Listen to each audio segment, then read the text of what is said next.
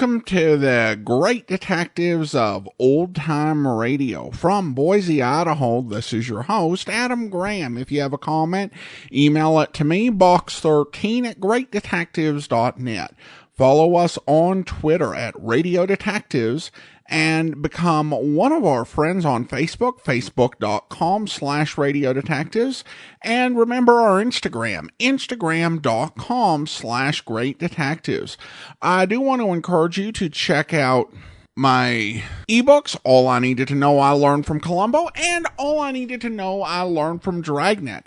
These ebooks examine the careers and history of 7 great fictional detectives and policemen and life lessons that can be drawn from them. They are available as ebooks and audiobooks through Audible and the Apple Store. But now let's get into today's episode of Philo Vance. The original air date on this one, October the 3rd of 1946, and the title is The Mary Murder Case.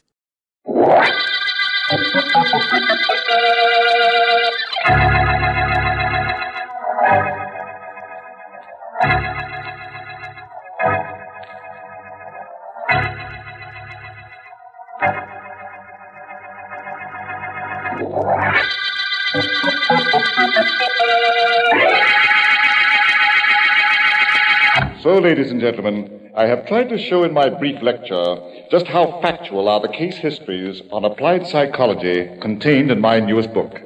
Are there any questions? Mr. Merry. Oh, yes? Mr. Merry, if, as you say, the subconscious is the stronger of our two minds, why doesn't it dominate us most of the time? A very good question. In my opinion, the subconscious is held in check by a controlling band. A band that keeps it under the conscious mind. Were it possible to remove that controlling influence, I am of the opinion that the subconscious would dominate our motivations. Well, if there are no other questions, ladies and gentlemen, I have been informed I have a phone call in my office. Should any of you care to speak to me there, I assure you I shall be delighted. Thank you very much.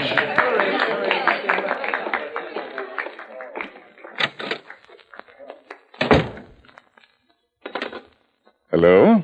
This is Mr. Merry speaking. Mr. Merry, this is George Haworth. I represent the Justine Literary Club. Would it be possible for you to speak to our members next Thursday? Next Thursday? Yes.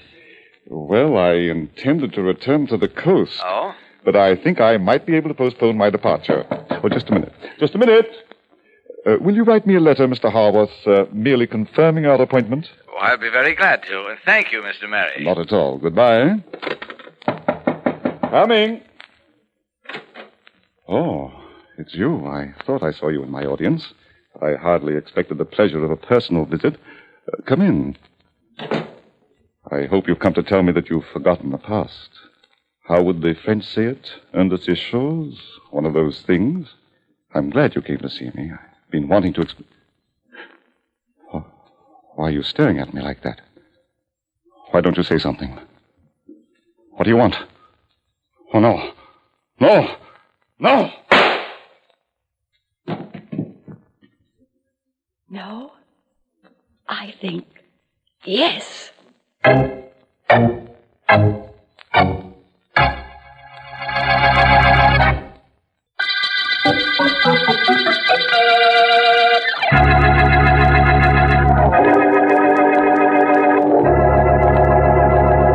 Vance? Mr. Vance, I'm not disturbing you, am I? I could contribute to your ego, Miss Deering, by saying that you're quite disturbing to me. But I won't. At least, not during business hours. I'm not disturbing during business hours, or you won't say it during business hours? A combination of both, Miss Deering. You know, I believe I've reached the epitome of success as a private investigator. I'm so private that I haven't had an interesting or unusual client in a week. Doesn't seem to bother you much. It doesn't bother me at all. You know, I rather like the ambition that gets me down to my office and the circumstances that do not force me to work when I get here. It guarantees my character and places no strain whatsoever on my mentality. Would it be too much for me to ask you to guarantee your character in your own office? After all, it's only through that door, and I have some typing to do. Do I distract you, Miss Deering? Well, I could contribute to your ego, Mr. Vance, by saying that you're quite distracting. So I will. You're quite distracting. Now let me get to work. Miss Deering, Yes. take a letter, please. A letter? Okay, I take L for let me finish what I'm doing. Now, let me see. Take a look at the glass panel in the door. You will not be at ease much longer, oh serene sir. I seem to see a female profile. And I seem to hear a female knock. Come in. Mr. Vance here. I'm Philo Vance. May I help you? Oh, yes, if you only will, Mr. Vance. Is there someplace we can talk alone? Oh, don't mind me. I only work here. Come into my office if you like. It's just through this door here. Thank you. Thank you so much. Not at all. Won't you have a seat? Yes, thank you. Mr. Vance, I'm Alice Barkley. And I've come to you because you're the only one who can help me, if anyone can. I assure you I'll try. Just give me an idea as to what you'd like me to do. I don't know. I don't know what anyone can do, Mr. Vance. I've just shot and killed a man. I'm afraid you've come to the wrong office, Miss Barkley. You want the police, or perhaps that's vice versa. Oh, but you don't understand. I can't remember anything that happened to me, except that 2 hours ago I was standing over a man who'd been shot in the heart, and I had a gun in my hand, and the gun was still warm from being fired. You can't remember anything before that? Well, I went to a lecture on applied psychology this afternoon with friends. The lecturer was Joseph Mary. You've heard of him, of course. He's written books. Oh, yes. All I remember was that after the lecture, I was standing over his body, and he was dead. What did you do with the gun? Well, I have it here. I put it in my purse and ran. It was only then that I realized I didn't know where I was running to. So I walked and walked, and then I came here. But I can't remember anything else. Well, I'll do what I can to help you, Miss Barkley. Oh, but I'm pretty convinced that you'll be facing a murder charge unless you suddenly start remembering something.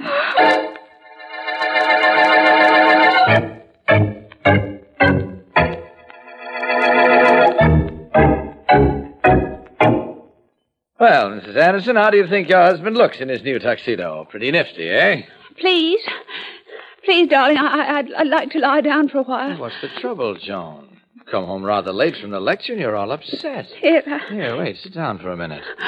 Thank you. That's it. I'll get you a glass of water. Here, let me have your hat and your handbag. I'm so sorry. I guess I don't know what's come over me. Joan, your handbag's terribly heavy. What's in it? Well, you might as well look. Joan, it's my gun. Yes. What were you doing with my gun? And one of the bullets has been fired. Joan! Please, darling, I don't know. I don't remember. You don't remember? All I know is that I had to take it to the lecture. Don't ask me why. And I shot a man with it. You what? I shot Joseph Mary.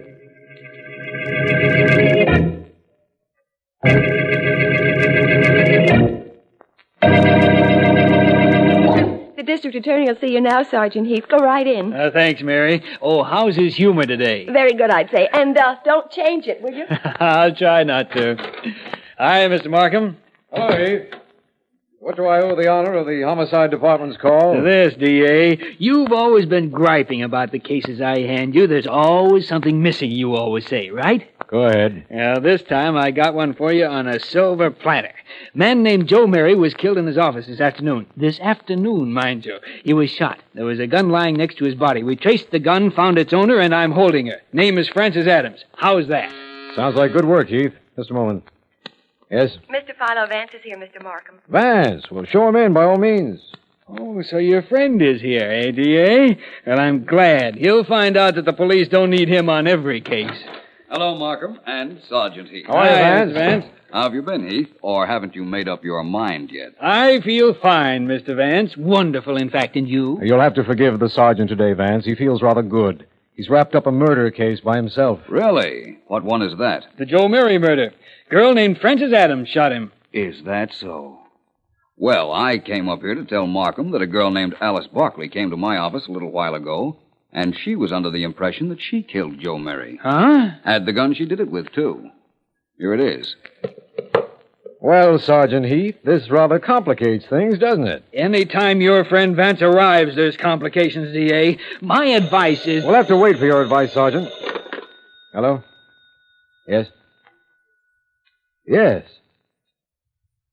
Yes, of course. Would you bring her right down, please? Thank you. I'll be here. Goodbye. Now, I was saying that my We're going advice... to still have to wait for that, Sergeant. You see, you've arrested a girl for killing Joe Murray. Vance here has a young lady who says she killed him. And that phone call was from a man named Anderson. He says his wife shot and killed Mary, and he's bringing her down here right away.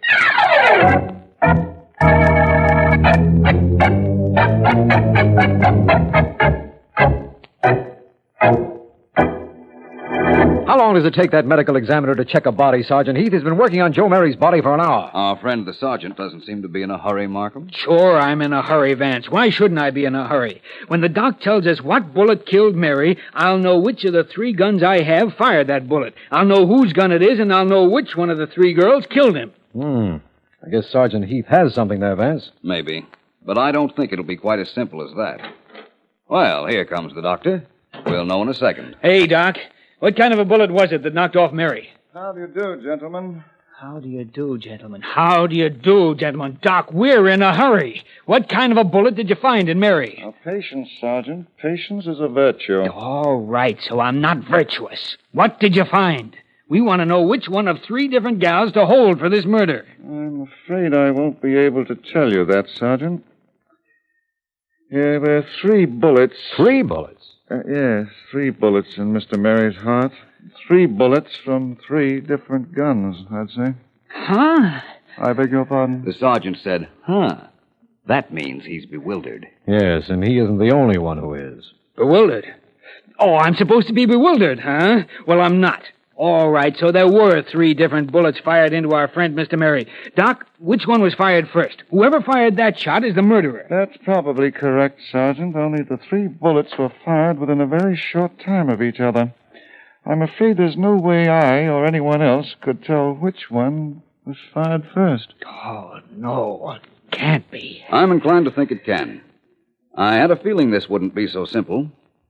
Sergeant, may I make a suggestion? Somebody better suggest something. We have 3 suspects and 3 guns. I think the first thing we ought to do is find out if those 3 guns fired the bullets that the doctor found in Joe Mary's body. Which way to the ballistics department, Sergeant?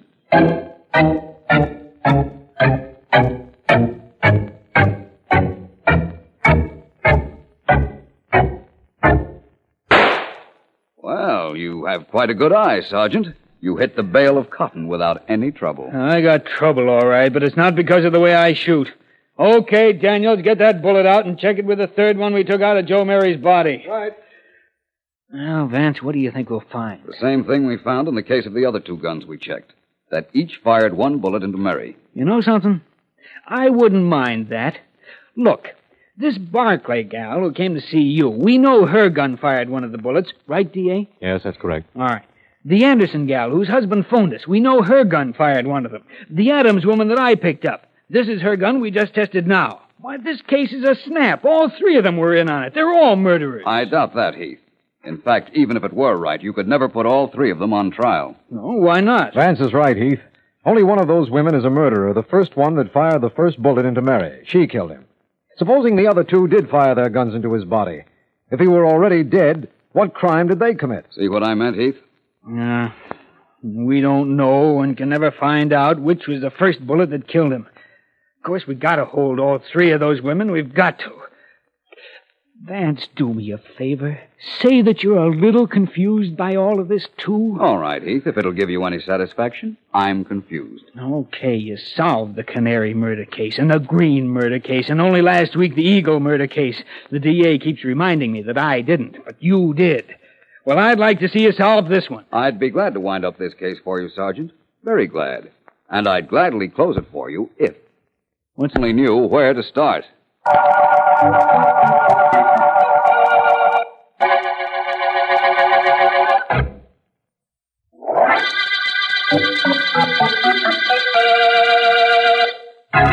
This is District Attorney Markham.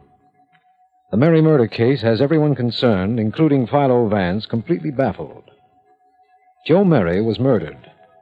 3 bullets were found in his heart, bullets belonging to guns owned by Alice Barclay, Joan Anderson, and Francis Adams. All admit they brought those guns to Mary's lecture, but can't tell why. At Vance's request, all 3 women were brought into a detention room at headquarters, and I understand Vance is on his way. Well, somebody say something. It's no good for the 3 of us to just sit here and stare at each other. What is there to say, Alice?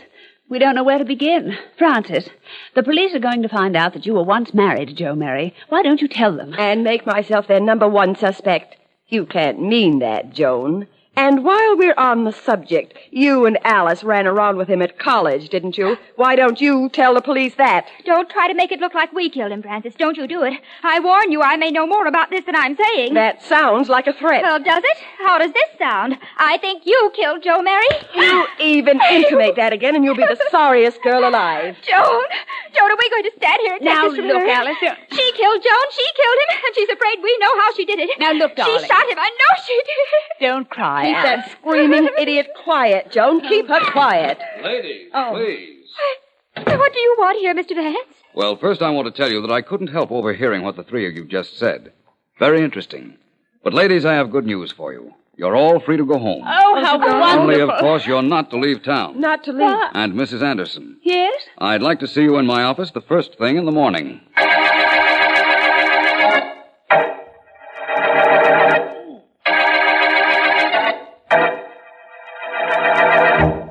I'd prefer it, Joan, if you'd get out of here and let me finish packing. You can't leave me now, darling. You just can't. Oh, no? Just you wait and see. I'm not going to be known as the husband of the girl who murdered Joe Mary, believe me. Ex-husband, maybe, but not husband. Get out of the way, please.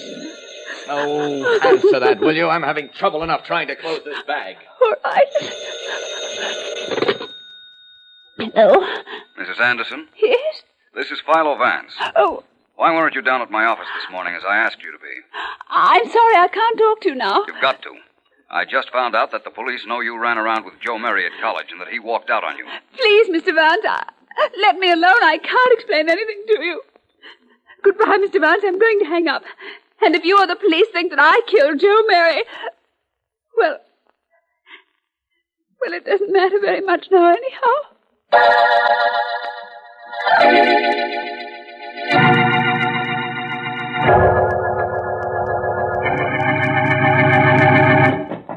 Yes, come in. Come in. Don't keep knocking like an infernal idiot. Good afternoon, Professor Colby. Remember me? Huh? Oh, certainly I remember you. One of my worst students. Got one of my highest marks. Never forgiven you for it. What's your name? Vance, Professor. Philo Vance. Yes, Vance. Well, Vance, what is it? Professor Colby, can a person be hypnotized into committing murder? If you'd paid any attention in your classes, you'd know that nobody can be hypnotized into doing anything that's against his moral code. Goodbye, Mr. What did you say your name was? Vance. Yes, Vance. Tell me this, Professor. Post-hypnosis is a suggestion given to a hypnotized person which must be carried out after he is awakened from hypnosis, correct? Yes, of course, that's correct. The person receiving a post-hypnotic suggestion would have no idea why he was doing something, but he'd know he'd have to do it, right? Any child knows that. Children don't take courses in applied psychology. May I use your phone? Well, there's a pay station outside. Oh, this will do very nicely, thank you. I've got to talk to the district attorney and ask him to have 3 suspects in a murder case brought to my office this evening. And then, Professor Colby, I have a favor to ask of you. A favor I don't think you can well refuse.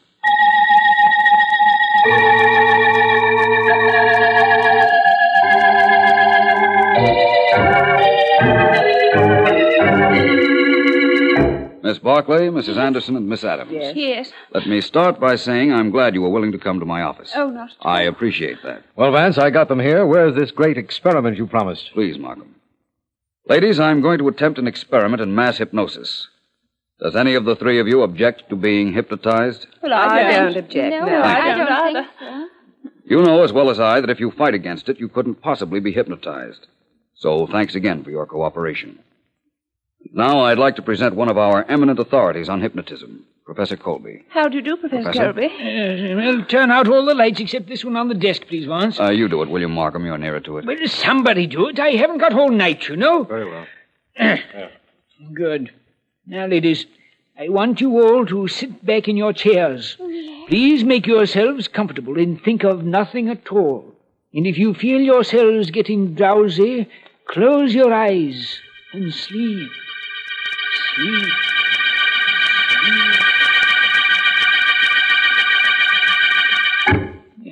Vance, there they are, the three of them hypnotized. The conscious mind dormant. You won't need me any longer. No, I know what to do from here on in. Thank you, Professor. Be sure you do it. Fine thing bothering me at this time of the night. Good night, Mr. Vance. Mr. Markham, Sergeant. Good night. Good night, Professor. He certainly is a strange sort of gentleman, isn't he, Vance? Professor Colby is wonderful. You know, it's his theory and mine that under hypnosis, if hypnotism was used once before, the subconscious mind will recall what was done at that time. I have one of my secretary's hat pins in my hand, Markham. Observe closely. I'm going to touch Miss Adams' hand with it. There. What's up, Vance? Don't be alarmed, Markham. I assure you she didn't feel it. Now for the experiment. Remember, Markham, they're completely under hypnosis. They couldn't lie if they wanted to. Remember that. Miss Adams, I want you to take this gun and shoot it like you shot Joe Murray. She's doing nothing, Vance, just holding it. I know. I'll take back that gun, Miss Adams. Thank you. Now, Mrs. Anderson, please take this gun. Thank you. Now what, Vance? Hand me that hat pin, Markham, please. Here you are. Thanks. I'll just touch Mrs. Anderson's hand with the point. There. That's fine. No reaction, Markham. Now, Mrs. Anderson, I want you to fire that gun the way you fired it at Joe Murray.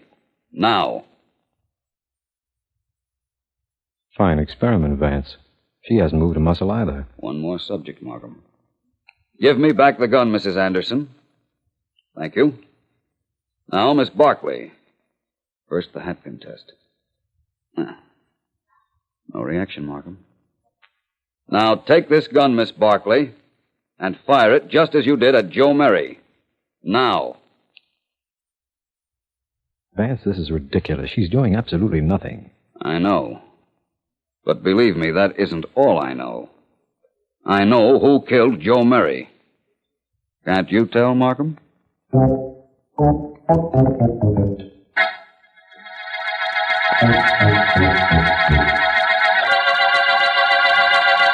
Miss Barkley. Yes? You've got to help me. I know you were hypnotized the day Joe Murray was murdered. I know who hypnotized you. The real murderer gave herself away in my office a little while ago. But I can't prove anything without your help. In the interest of society and to help trap a clever murderer, Miss Barkley, will you please? Will I be in danger, Mr. Markham? Mr. Vance and I will try to see that the danger is as slight as possible. Very well, gentlemen. I'll do it.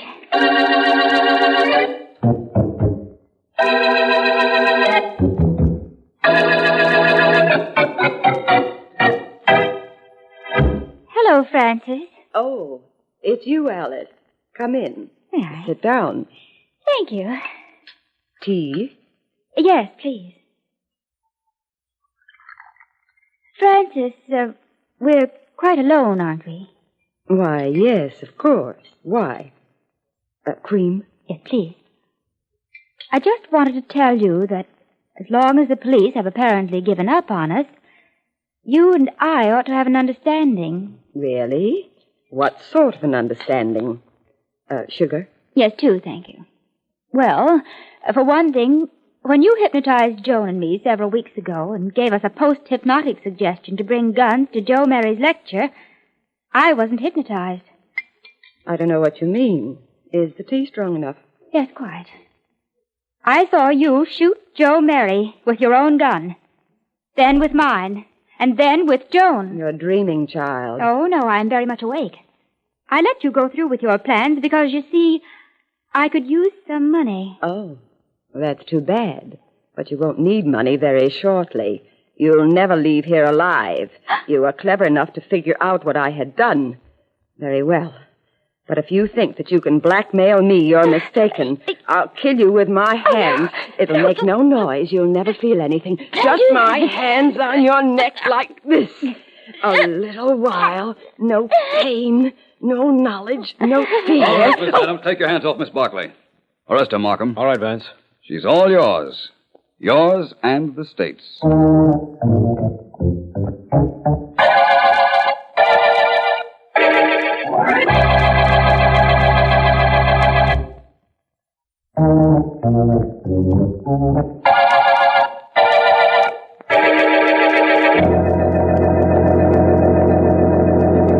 Miss Deering, inasmuch as you are employed by me, would it be too much to ask you why you're not working?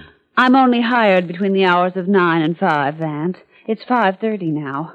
How about breaking down and telling me how you solved the Mary murder case? All right. To begin with, when Professor Colby hypnotized the 3 ladies, only 2 of them were really hypnotized. Oh. The actual murderer, Frances Adams, fought against it, knowing her subconscious mind, which she could not control, might reveal something to us. Mm-hmm. That was the whole purpose of the experiment, to find which girl would be afraid to be hypnotized. But how did you know Miss Adams was faking? Your hatpin told me.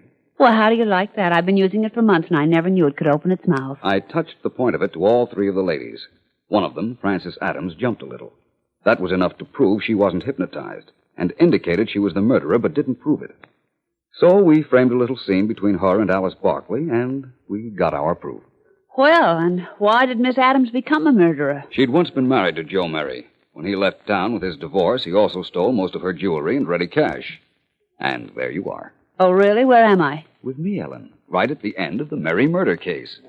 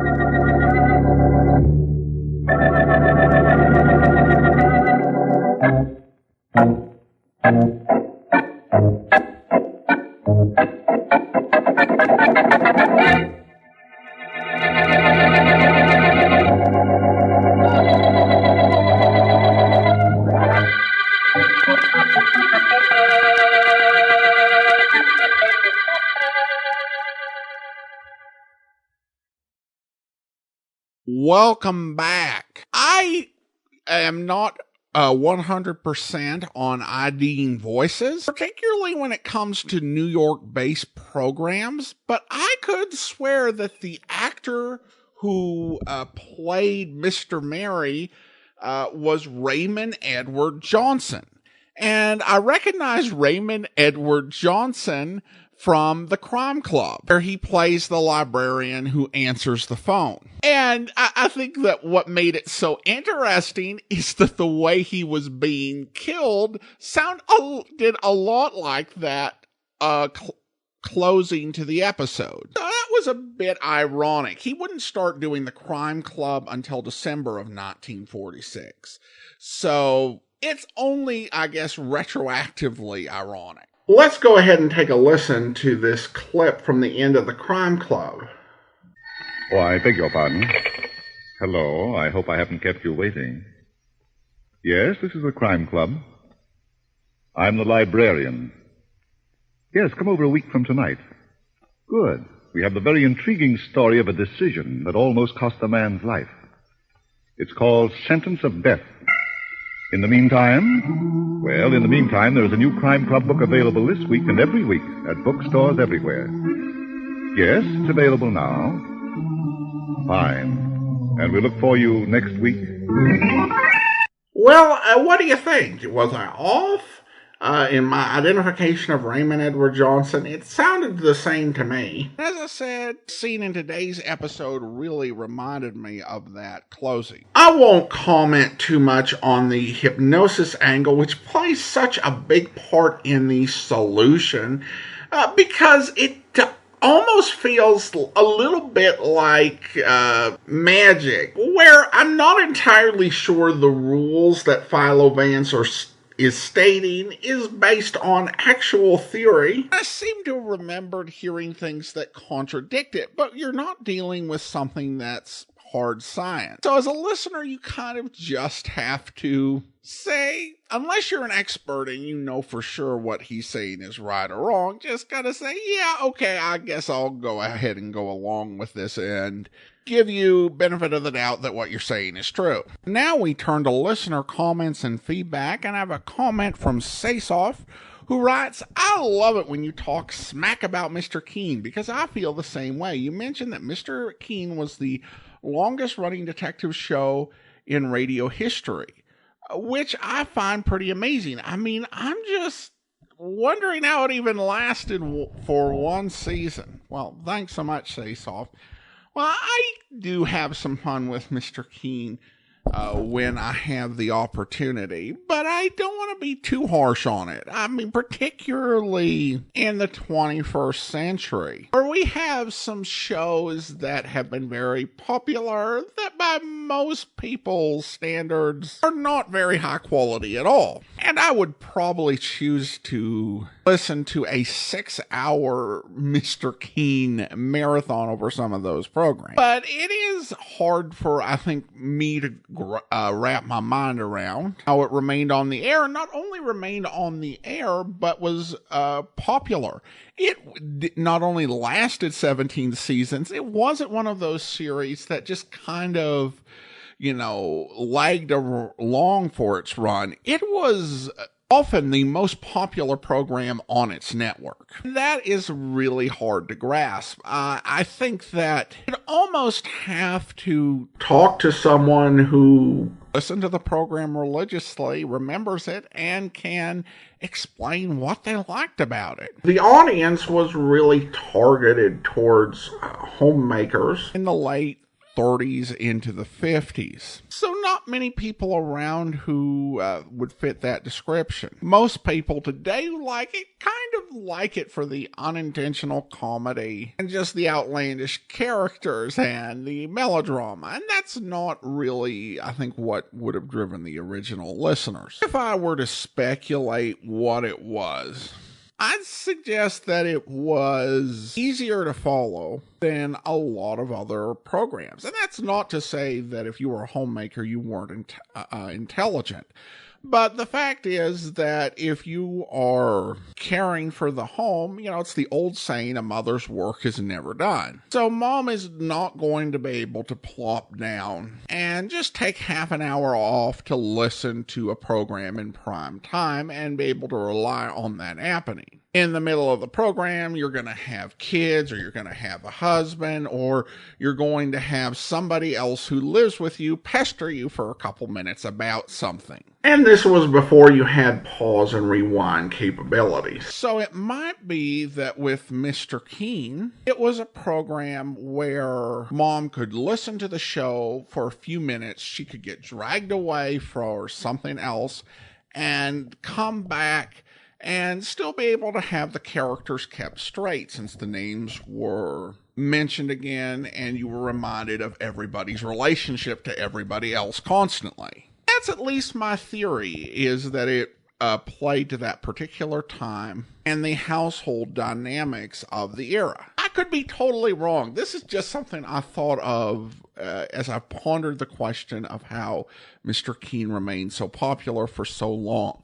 That is my best guess. Other than that, if you know someone who was 95 or 100, you could ask if they listened to or remembered Mr. Keene. And if they liked them, let me know why they liked them. Just because I don't understand it doesn't mean that there's not a reason. And I would love to just understand why they enjoyed it. It may not change how I listen to the program or how I enjoy it. It would be really neat insight to have. Although regardless, it won't stop me from poking fun at it every now and again. Then we have this comment from Eric, writes, regarding the gossip column murder case from Mr. Keene, I just finished a 9-episode podcast about Hedda Hopper and Luella Parsons. Knowing about the gossip game, how hated and feared those two were, at about the time this episode was on the air gave me a bit of added enjoyment. This wasn't exactly a biting satire, but I definitely saw shades of both in Terry Bradford. Thanks so much for the insight, Eric. And it was definitely true. The gossip columnist had a lot of power, and you saw that even in the way that some actors use the gossip columnist. I was doing some research on the silent men, and I came across an article by, I think it was Luella Parsons, that really puffed up Douglas Fairbanks Jr.'s international trip that he was taking. And, it just blew it up to, you'd think it was the biggest thing ever, but we now, living in the 21st century, we know what happened on that trip. And it was just the most amazing bit of puffery. So if you were in Hollywood, or New York for that matter, the gossip columnist could be either a great resource or a very dangerous enemy. Well, now it is time to thank our Patreon supporter of the day. And thank you to Monica, Patreon supporter since March 2019, currently supporting us at the Detective Sergeant level of $7.14 or more per month. Again, thanks so much for your support. And that will do it for today. If you are enjoying this podcast, please rate and review it wherever you download your podcast from. We will be back next Thursday with another episode of Philo Vance. But coming up tomorrow, we're going to feature an episode of The Man with the Action-Packed Expense Account, yours truly, Johnny Dollar, where... Have you any hope of recovery from the effects of these injuries? Him. No. Listen, Shut up, Bernie, and listen. Me. Who caused the injuries from which you are suffering? Him. One of the robbers. Me. Is this a picture of one of the men who caused your injuries? Him? Yes. He was looking at a mugshot of you, Bernie. There were 4 witnesses in that hospital room when Fuller made this statement. It's a positive identification on you. I hope you'll be with us then. In the meantime, do send your comments to box13@greatdetectives.net. Follow us on Twitter at Radio Detectives and become one of our friends on Facebook. Facebook.com/Radio Detectives. From Boise, Idaho, this is your host, Adam Graham, signing off.